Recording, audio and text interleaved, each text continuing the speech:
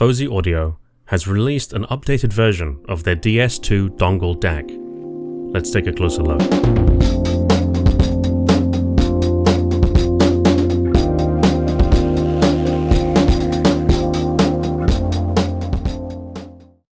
The first thing you'll notice when taking this thing out of the box is that it's incredibly light, at 15.5 grams without the cable and 20.2 grams with the cable.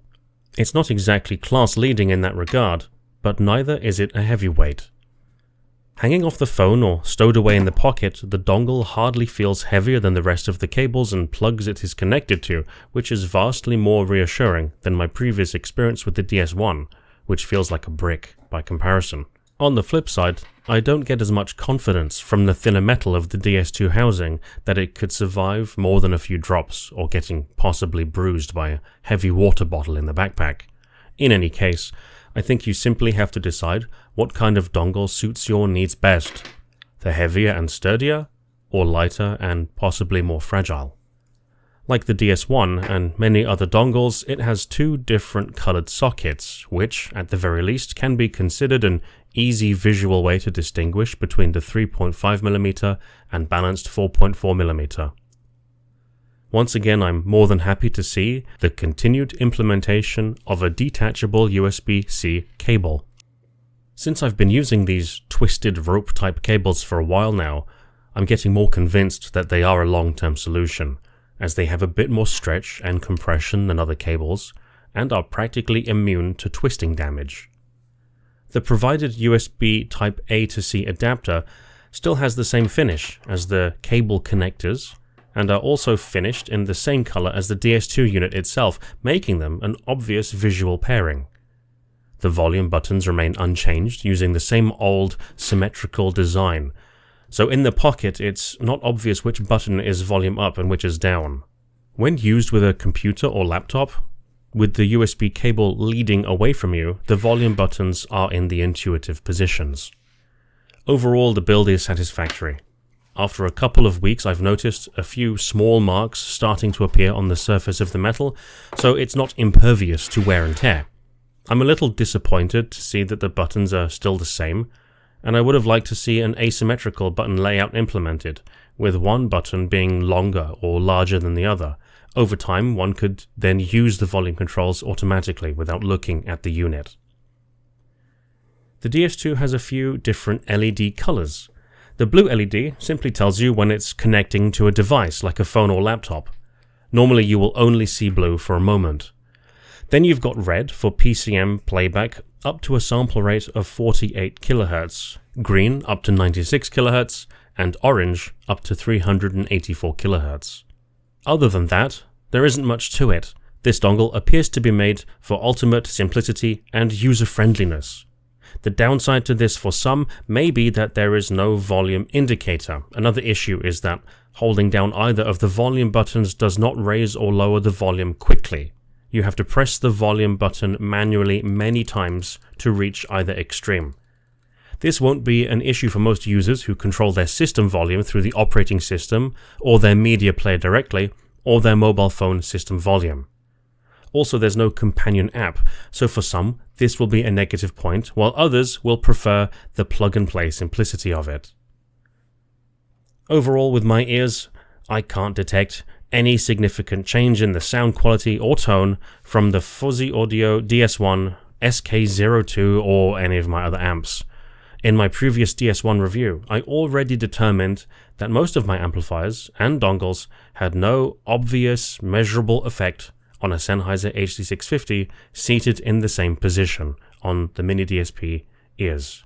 However, in this instance, the DS2 has actually made a small and unexpected difference. While my other amps all produce graphs that almost perfectly overlay on top of each other, the DS2 has some minor deviations between 1000 and 6000 Hz. The only significant change is a 2 decibel scoop between 2 and 3 kHz.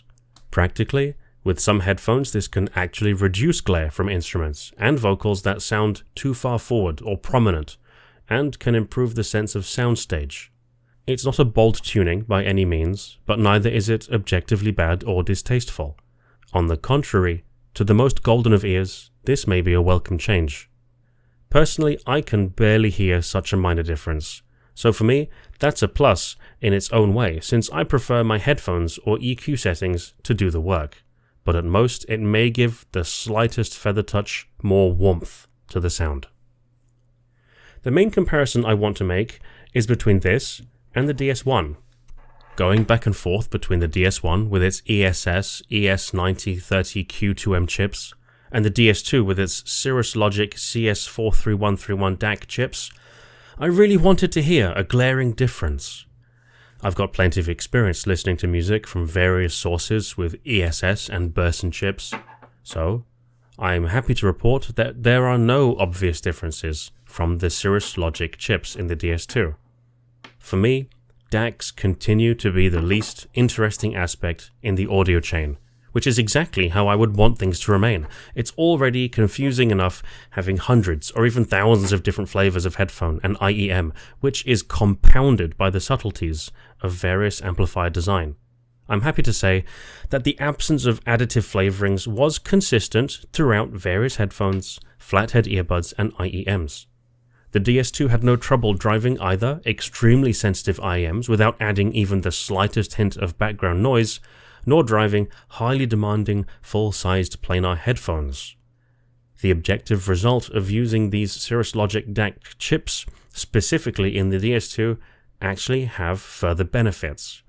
According to the marketing on Fosi's website, the DS2 uses low-power technology, and from the time I've used it on my phone, I think, might actually consume less power than the DS1. So unlike the DS1, the DS2 also never got warm to the touch.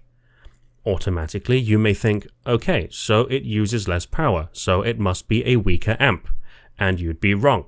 The new 2024 model with the Cirrus Logic chips is over twice as powerful as the previous DS2 model and the DS1, and can reach ear-splitting volumes out of its regular 3.5mm output. The balanced output is more than capable of adequately driving some of the more demanding headphones around today.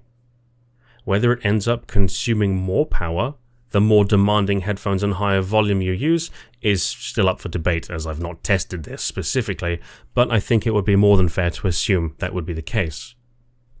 I'm not sure what Fosi Audio is doing here, because I feel like they're undercutting themselves with the new DS2.